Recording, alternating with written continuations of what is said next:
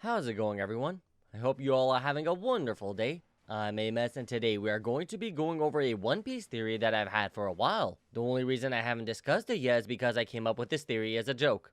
And I didn't think Oda would actually make this into a thing until the most recent chapter of the manga. In chapter 1017 of the manga, spoilers by the way, we learn a little bit about Who's Who's backstory. Who's Who is working under Kaido as a member of the Tobiropo. During his fight with Jinbei, he uses the 6 powers like a variation of the finger pistol and tempest kick. Jinbei then points out that these techniques are taught to government agents. Who's Who then admits that he was a member of CP9 and he was considered a prodigy like Rob Lucci. Apparently something happened that resulted in him being locked up. He did eventually escape, formed his own pirate crew, and then somehow joined Kaido's crew. Jinbei was aware of a government agent who got arrested and escaped, but he didn't know who the agent was and why he was arrested. I don't mean he knew it was Who's Who, I'm saying he didn't know who it was. Okay, I promise I won't overuse this gag, but come on. You know Oda wanted people to pull off a Castello and Abbott with his name? Like, who's a Tobiropo? Yes, Who's Who is a Tobiropo. Who's Who?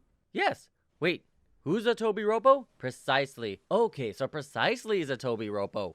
Okay, I'm done, I promise. What was I talking about again? Oh yeah, so after learning that Who's Who was a CP9 agent who was arrested and then subsequently escaped, Jinbei questioned why he was arrested. Who's Who then drops one of the biggest information bombs on us. He reveals that he screwed up a transfer mission, which caused an important item to be stolen. The item he was transporting was none other than the Gummu-Gummu no Mi, or the Gum-Gum fruit, Luffy's devil fruit. So why was the government in possession of the Gummu-Gummu fruit? And why was it a big deal that it got stolen? Here's my theory. So we know that the Gum-Gum fruit was introduced in chapter 1 of the manga, and a few episodes into the anime, we see Luffy eat the Gum-Gum fruit after Shanks' crew apparently stole it from their enemy. So that raises the question, was it Shanks' crew who stole it from the government, or did they steal it from someone else after they took it? I'm working with the assumption that Shanks' crew took it. So, Shanks' crew stole the Gum-Gum fruit from a government vessel, which resulted with Luffy eating the fruit. Now, why did the government have it? Did they recently get a hold of it? Or were they simply hiding it away until a worthy officer came around to give it to? Personally, I think it's the latter, because of the original theory that I came up with. I believe that the Gum-Gum itself is not a powerful fruit, but it depends on the wielder. The fruit needs someone with potential to awaken it, which turns the Gum-Gum fruit from a basic devil fruit into one of the most feared fruits, next to the Darkness, Flare, and Tremor fruit. Now, as to why I think this, I believe the fruit became feared because of its previous wielder, who used this fruit to spread as much fear as possible.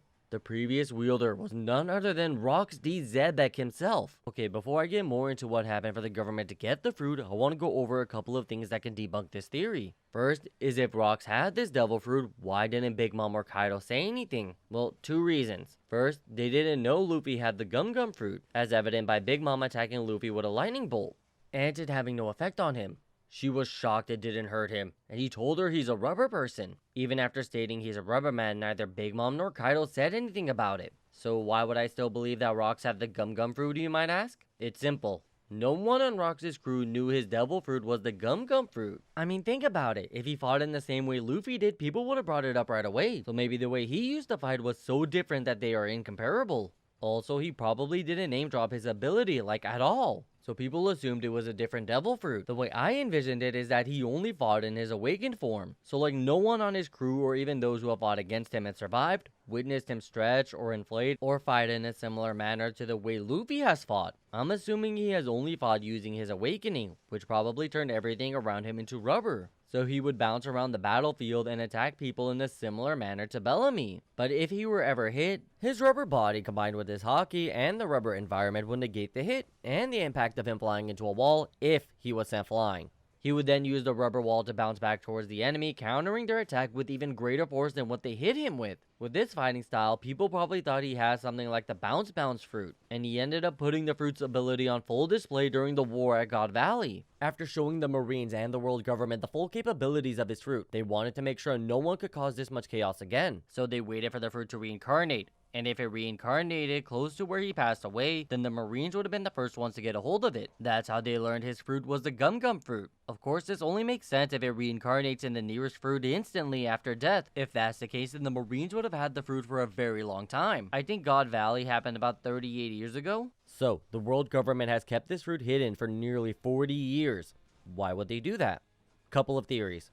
Maybe it's possible that someone can inherit the will of the previous user. It's not something severe like they gain the person's personality and beliefs. but say they could have some semblance of their personality. The reason I believe this is because of the lineage factor. We know Dr. Vegapunk managed to create an artificial zone using Kaido's lineage factor. So the lineage factor, or DNA as we know it, is connected to devil fruit. So say that the lineage factor remains within a fruit after it reincarnates, and when someone eats it, they gain a part of the lineage factor that remains within it. That piece of the lineage factor alters the person's personality slightly, like say they didn't like cherry pies, but the previous wielder did. And when they ate the fruit and gained the person's lineage factor, they suddenly started liking cherry pie. Let's also say that the government was fully aware of this, and they feared someone would inherit Rox's ruthlessness and bloodthirst. They didn't want Rox to return by having his will influence the new user. So the government wanted to keep the fruit under wraps until they had someone that fully embodied the Navy's sense of justice. And the only person that I can think of that fits that description would have to be Sakazuki, aka Akainu. With his firm belief that the Navy is justice, Rox's will can't influence him. So with this assumption, does that mean that Luffy is being influenced by Rox's will? Maybe. Here's the thing. Another theory that I've had was involving the will of D. It's been implied that Luffy inherited Roger's will. So I jokingly thought that, what if he didn't inherit Roger's will, but Rox's instead? Some of the reasons I thought this was the way Roger interacted with Whitebeard. Their crews would fight each other, then party afterwards. They were close friends who enjoyed fighting a lot. Luffy doesn't have that relationship with anyone. When Luffy fights, he fights seriously. And if he's friends with you, he doesn't fight you. So maybe this mentality was closer to Rox instead of Roger's. We know Rox had a big crew with members that hated each other, but I don't remember if it was stated that there was a lot of infighting. Okay, so I looked it up, and apparently there was a lot of infighting which resulted with members dying. Let's say Rox wasn't a fan of his crew killing each other, so he came up with a way for them to settle their disputes. Here's a hint as to his solution. The Rox's crew's home base was Hachinosu, the Pirate Paradise. What competition that takes place between pirates was invented in the Pirate Paradise? That's right, it was the Davy Back fights. Rox created this game to prevent the death of his crewmates because he values the connections he's made. Of course, this theory is really easy to break. Like, the reason the former members never talked about their times with the Rox's crew is because of the strained relationships between the crew members. So it's highly unlikely that Rox himself had a good relationship with his crew. People only followed him because of his strength. So Luffy probably didn't inherit Rox's will of D, but most likely it was Roger's will instead, seeing as how they view the world in a similar manner. But maybe, just maybe, if Rox was the previous wielder of the Gum-Gum fruit and Luffy inherited a part of his will, which part would it be? It would have to be how Rox wanted to defeat the Celestial Dragons. I mean, Rogers never directly went against the world government and the Celestial Dragons while Rox attacked them at God Valley. And then there's Luffy, who shot down the world government's flag at Enies Lobby and punched a Celestial Dragon at Sabao de Archipelago. Now, Luffy did this to save his friend, and I'm sure Rogers would have done the same thing if he was in the same position. But as far as we knew, Rogers never went against the Celestial Dragons. So the part of Rox that Luffy inherited was Rox's willingness to go against the world government and the Celestial Dragons. That's what the government feared, and why they kept the Gum-Gum fruit hidden for like 30 years. I think I said 40 earlier, but that's up until the present storyline, not when Shanks stole the fruit. Shanks stole the fruit about 12 years before the current arc. So the government held on to the fruit for about 26 years or so. So to conclude, the reason Who's Who was arrested for losing the Gum-Gum fruit was because it belonged to Rox D. Zebek, who kept his fruit's identity a secret. He only fought with the awakened form of the fruit, allowing him to counter any attack that was thrown at him. After gaining the fruit, the government feared his will would cause the new user to go against them. So they waited for a loyal soldier to appear. That loyal soldier was the current Fleet Admiral Sakazuki. Unfortunately for them, Shanks showed up and stole the fruit. I don't think I mentioned this, but maybe Zebek told Rogers the name of his fruit right before he fell at God Valley. And then Rogers in turn told Shanks and maybe Buggy? But Buggy wasn't paying attention because he was thinking about treasure. After hearing about the government transporting the fruit, Shanks went to steal it because Rogers told him about how frightening the fruit can be once it's awakened. Then Luffy ate the fruit and gained Zebek's willingness to fight the Celestial Dragons. And of course, he already had Rogers' will of D, which made him want to become the Pirate King. With both of those wills combined,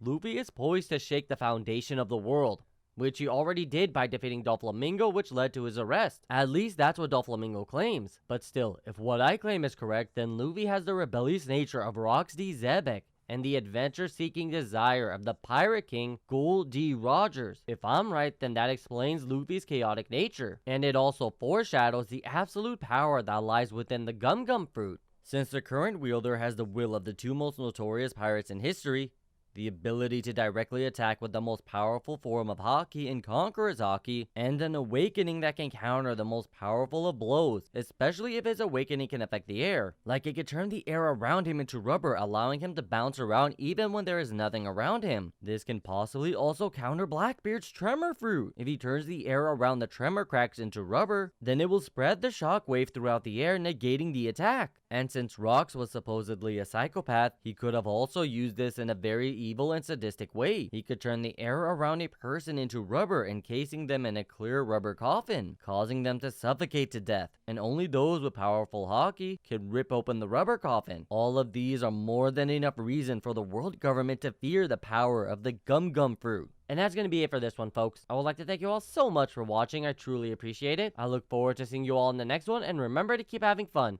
See ya!